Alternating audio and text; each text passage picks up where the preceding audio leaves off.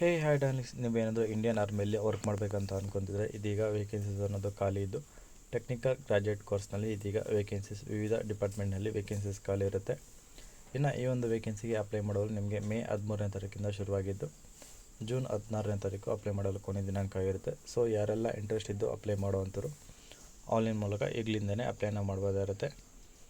ಅದಕ್ಕೆ ಮುಂಚೆ ನಮ್ಮ ಚಾನಲ್ ಯಾರೆಲ್ಲ ಹೊಸ ವಿಡಿಯೋ ನೋಡ್ತಿರೋ ಅಂಥವ್ರು ಪ್ಲೀಸ್ ನಮ್ಮ ಚಾನಲ್ ಸಬ್ಸ್ಕ್ರೈಬ್ ಮಾಡಿಕೊಂಡು ಸಪೋರ್ಟ್ ಮಾಡ್ಕೊಳ್ಳಿ. ಇನ್ನು ಈ ಹುದ್ದೆ ಅಫಿಷಿಯಲ್ ವೆಬ್ಸೈಟ್ ಬಂದು www.joinindianarmy.nic.in ಈ ಹುದ್ದೆಯ ಅಫಿಷಿಯಲ್ ವೆಬ್ಸೈಟ್ ಆಗಿರುತ್ತೆ.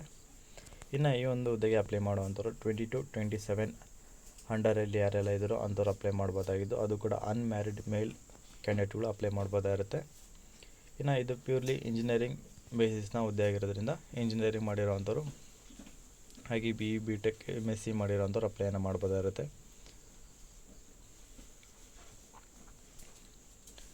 ಇನ್ನು ಇದರಲ್ಲಿ ನಿಮಗೆ 1 ಇಯರ್ವರೆಗೂ ಟ್ರೈನಿಂಗ್ ಇರುತ್ತೆ. ಹಾಗೆ ನಿಮಗೆ ಸ್ಯಾಲ್ರಿ ಬಂದು 56,000 ಸ್ಯಾಲ್ರಿಯನ್ನು ಪೇ ಮಾಡಲಾಗುತ್ತೆ. ಇನ್ನು ಇದಕ್ಕೆ ಇಂಡಿಯನ್ ಹಾಗೆ ವಿವಿಧ ನ್ಯಾಷನಾಲಿಟಿ ಇರೋವಂಥವ್ರು ಕೂಡ ಅಪ್ಲೈಯನ್ನು ಮಾಡ್ಬೋದಾಗಿರುತ್ತೆ.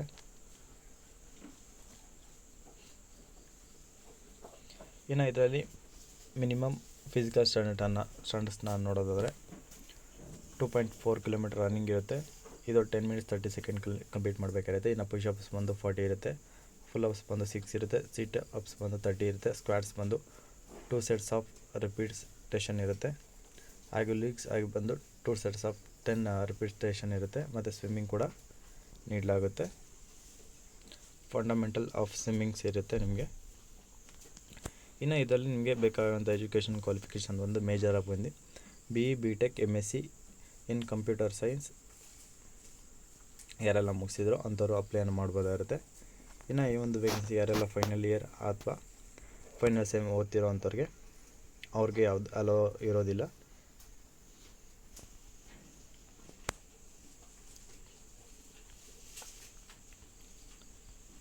ಇನ್ನು ನಾವು ಯಾವೆಲ್ಲ ಡಿಪಾರ್ಟ್ಮೆಂಟ್ನಲ್ಲಿ ಎಷ್ಟು ವೇಕೆನ್ಸಿ ಇದೆ ಅಂತ ನೋಡೋದಾದರೆ ಸಿವಿಲ್ ಡಿಪಾರ್ಟ್ಮೆಂಟ್ನಲ್ಲಿ 8 ವೇಕೆನ್ಸೀಸ್, ಅದರಲ್ಲಿ ಸಿವಿಲ್, ಆರ್ಕಿಟೆಕ್ಚರ್ ಮತ್ತು ಬಿಲ್ಡಿಂಗ್ ಕನ್ಸ್ಟ್ರಕ್ಷನ್ ಮತ್ತು ಟೆಕ್ನಾಲಜಿಯಲ್ಲಿ. ಕಂಪ್ಯೂಟರ್ ಸೈನ್ಸ್ನಲ್ಲಿ 6 vacancies, computer science, engineering, computer technology, MSc computer science, information technology. ಇನ್ನು ನೆಕ್ಸ್ಟ್ ಬಂದು electronic department, electronic engineering, electronic and electronics, ಇದರಲ್ಲಿ 2 ವೇಕೆನ್ಸೀಸ್ ಮಾತ್ರ ಖಾಲಿ ಇರುತ್ತೆ. ಎಲೆಕ್ಟ್ರಾನಿಕ್ಸ್ನಲ್ಲಿ ಎಲೆಕ್ಟ್ರಾನಿಕ್ಸ್ ಆ್ಯಂಡ್ ಕಮ್ಯುನಿಕೇಷನ್ ಇಂಜಿನಿಯರಿಂಗ್ನಲ್ಲಿ 6 ವೇಕೆನ್ಸೀಸ್ ಮಾತ್ರ ಖಾಲಿ ಇರುತ್ತೆ. ಇನ್ನು ನೆಕ್ಸ್ಟ್ ಬಂದು ಮೆಕ್ಯಾನಿಕಲ್ ಡಿಪಾರ್ಟ್ಮೆಂಟ್ನಲ್ಲಿ ಮೆಕ್ಯಾನಿಕಲ್ ಇಂಜಿನಿಯರಿಂಗ್ನ ವೇಕೆನ್ಸೀಸ್ ಖಾಲಿ ಇದ್ದು ಒಟ್ಟು 6 ವೇಕೆನ್ಸೀಸ್ ಖಾಲಿ ಇರುತ್ತೆ.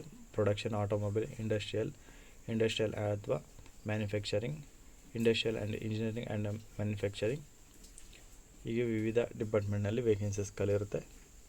ಇನ್ನು ಮೆಕ್ಯಾನಿಕಲ್ ಇಂಜಿನಿಯರಿಂಗ್ ಸ್ಟ್ರೀಮ್ಸ್ನಲ್ಲಿ ಒಟ್ಟು 2 ವೇಕೆನ್ಸೀಸ್ ಖಾಲಿ ಇರುತ್ತೆ. ಒಟ್ಟು ನಿಮಗೆ ಎಲ್ಲ ಡಿಪಾರ್ಟ್ಮೆಂಟ್ನಲ್ಲೂ ಸೇರಿ 30 ವೇಕೆನ್ಸೀಸ್ ಮಾತ್ರ ಖಾಲಿ ಇರುತ್ತೆ.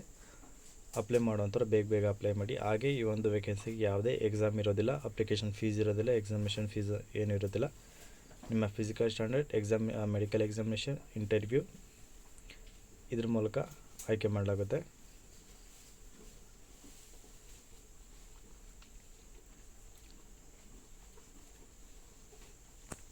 ಹಾಗೆ ಮೆಡಿಕಲ್ ಎಕ್ಸಾಮಿನೇಷನ್ ಹೇಗಿರುತ್ತೆ ಅನ್ನೋದ್ರ ಬಗ್ಗೆ ನೀವು ತಿಳ್ಕೊಬೇಕಂದ್ರೆ www.joinindianarmy.nic.in ಈ ಒಂದು ಅಫಿಷಿಯಲ್ ವೆಬ್ಸೈಟಲ್ಲಿ ನೀವು ಚೆಕ್ ಮಾಡ್ಕೋಬೋದಾಗಿರುತ್ತೆ.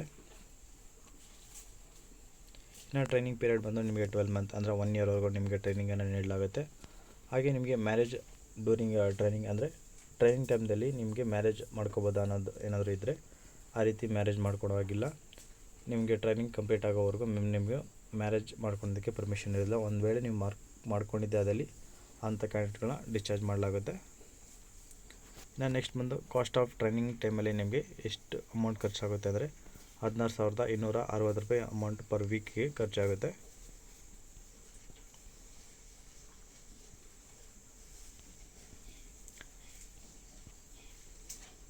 ಇನ್ನು ಸ್ಯಾಲ್ರಿಯನ್ನು ನೋಡೋದಾದರೆ ಇಲ್ಲಿ ಸ್ಯಾಲ್ರಿಯನ್ನು ಕ್ಲಿಯರಾಗಿ ಮೆನ್ಷನನ್ನು ಮಾಡಲಾಗುತ್ತೆ, ಇದರಲ್ಲಿ ನೋಡ್ಕೋಬೋದಾಗಿರುತ್ತೆ. ಇದು ನಿಮಗೆ ಫಿಕ್ಸೆಡ್ ರೆಮ್ಯುನರೇಷನ್ ಆಗಿದೆ, ಅದು 1 ಇಯರ್ವರೆಗೂ.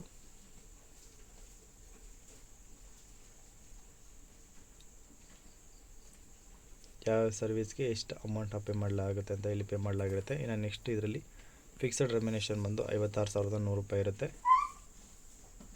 ಹಾಗೆ ಮಿಲಿಟರಿ ಸರ್ವಿಸ್ ಮಾಡೋವಂಥವ್ರಿಗೆ ಇನ್ನು ಆಫೀಸರ್ ಅವ್ರಿಗೆ 15,000 ರೂಪಾಯಿ 15,500 ರೂಪಾಯಿ ಇದು ಕೂಡ ಫಿಕ್ಸೆಡ್ ರೆಮ್ಯುನೇಷನ್ ನೀಡಲಾಗುತ್ತೆ. ಇನ್ನು ಇದ್ರ ಜೊತೆಗೆ ನಿಮಗೆ ಅದರ್ ಅಲವೆನ್ಸಸ್ ಕೂಡ ಇದ್ದು dearness allowance, para reserve allowance, technical allowance 2 ಹೀಗೆ ವಿವಿಧ ಅಲವೆನ್ಸಸ್ಸನ್ನು ನೀಡಲಾಗುತ್ತೆ. ಹಾಗೆ ಹಾಸ್ಟೆಲ್ ಅಲವೆನ್ಸ್ ಅಂತ ನಮಗೆ ತುಂಬ ಅಲವೆನ್ಸಸ್ ಅನ್ನೋದು ನೀಡಲಾಗುತ್ತೆ. ಮತ್ತು ಟ್ರಾವೆಲಿಂಗ್ ಅಲವೆನ್ಸಸ್ ಮತ್ತು ರೇಷನ್ ಅಲವೆನ್ಸ್ ಮತ್ತು ಟ್ರಾನ್ಸ್ಪೋರ್ಟ್ ಅಲವೆನ್ಸ್ ಮತ್ತು ಚಿಲ್ಡ್ರನ್ ಎಜುಕೇಷನ್ ಅಲವೆನ್ಸ್ ಪರ್ ಮಂತ್ಗೆ ಹಾಸ್ಟೆಲ್ ಸಬ್ಸಿಡಿ. ಮತ್ತು ನಿಮಗೆ ಈ ಒಂದು ಆರ್ಮಿಯಲ್ಲಿ ಕೆಲಸ ಮಾಡುವಂಥವ್ರಿಗೆ ಇನ್ಶೂರೆನ್ಸ್ ಕೂಡ ನೀಡಲಾಗುತ್ತೆ. ಇದು 1.25 crores ಇನ್ಶೂರೆನ್ಸ್ ನೀಡಲಾಗುತ್ತೆ. ಇದಕ್ಕೆ ನೀವು ಪರ್ ಮಂತ್ಗೆ 12,500 ರೂಪೀಸ್ನ ಪೇ ಮಾಡಬೇಕಾಗಿರುತ್ತೆ.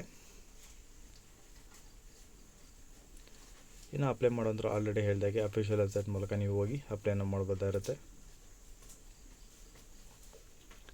ಸೊ ಯಾರೆಲ್ಲ ಇಂಟ್ರೆಸ್ಟ್ ಇದ್ದು ವಿತೌಟ್ ಎಕ್ಸಾಮ್ ಬರಿಬೇಕಂತ ಅನ್ಕೊತಿರೋರು, ಫಿಸಿಕಲ್ ಫಿಟ್ನೆಸ್ ಚೆನ್ನಾಗಿರೋಂಥವ್ರು ಬೇಗ ಅಪ್ಲೈ ಮಾಡಿ ಅಂತ ಹೇಳ್ತಾ, ಈ ಒಂದು ವೇಕೆನ್ಸಿಗೆ ಅಪ್ಲೈ ಮಾಡ್ತಿರೋಂಥ ಪ್ರತಿಯೊಬ್ಬರಿಗೂ ಕೂಡ ನನ್ನ ಕಡೆಯಿಂದ ವೆರಿ ಆಲ್ ದ ಬೆಸ್ಟ್ ಅಂತ ತಿಳಿಸ್ತಾ, ಈ ಒಂದು ಹುದ್ದೆ ಬಗ್ಗೆ